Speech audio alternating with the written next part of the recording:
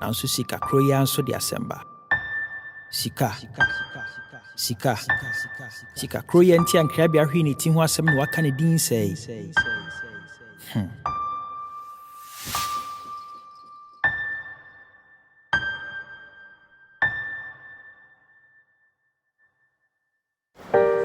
Hello guys, and welcome back to my channel. As you know, my name is Valvi, and it has been a week, no, not a week, maybe a couple of weeks or a month probably. Now I'm back full time. So today I'm bringing you guys the top 5 underrated Ghanaian albums. And please, if you haven't subscribed yet, please subscribe. Yes, so over the years we've had some splendid albums from some top artists in Ghana, most of them going unrecognized. And the purpose of this video was to bring you my top 5 most underrated albums. It was difficult choosing my top 5 because I had more than 10, but for the purpose of this video we are doing 5. So 5 most underrated albums in Ghana. So coming in at number 5 we have Joe B's Daryl album. So this album was released in 2017. Joe B on this album was experimenting on new sounds. This album actually gave us the Cowboy Joe B, and in my opinion, Cowboy Joe B is the best version of Joe B that we've ever had. So this album also featured Lamem Gang, I think is it Lamem, yeah, one of those. So my favorite song on this album has to be Sunshine. So Sunshine was amazing. I think it was the lead single on this album, and then the remix too was Mad, featuring Sarkodie, the highest. This album is a perfect body of work, and I think it's the best compared to Lava Feels. I think that I like this one more. Coming in at number 4, we go straight into the camp of the Beam Nation, and this one comes from the Beam Nation president, Necessary Evil, released in 2014. So we go back to 2014 to bring back a classic. Necessary Evil. This was the hardest dancehall.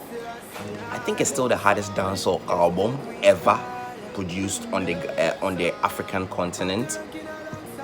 So this album was StoneBwoy's second album, studio album, and it features greats like Ja Vinci, Sarkodie, Mugis, Batu Rankin. So this album was actually the album that propelled him into mainstream. So songs like Pull Up, songs like Rat Race, songs like Submarine Remix. I'm a cool like a submarine. Yeah, so that song, and this song was perfect. Had the reggae vibe, it had a dancehall vibe, the whole Caribbean vibe was in there. And this album, even though it had so many hits, but the album as a collection of songs, as a body of work, was underrated. So my favorite on this album, even though hard to choose, I think I'm going to settle on 2 because I can't choose between them. So there's Skin to Skin and there's Candy. The third album, coming in third on the list, is Unipa Koma by Akan. This album is a street classic, like the most underrated albums, even though it didn't make it to number 1. But this album from a new artist, relatively new artist, Akan, blew my mind. So released in 2017, this album had a lead single that was Sikedro. So I listened to this lead single, Sikedro, and even though my tree no shut that tick like that, but I wasn't really getting some of the stuff because this album used so many proverbs and so many tree words that Charlie I never hear from my life inside before. But this album deserves an award. I don't know if it had any award, but it deserved to be nominated. Like if there was a category like album of the decade, I think this album should get a shout. So this album only featured one artist, and his name is Worlasi, and that's the artist we are getting into next. So my favorite song on this album is obviously the lead song on the album, Mr. Kojo. So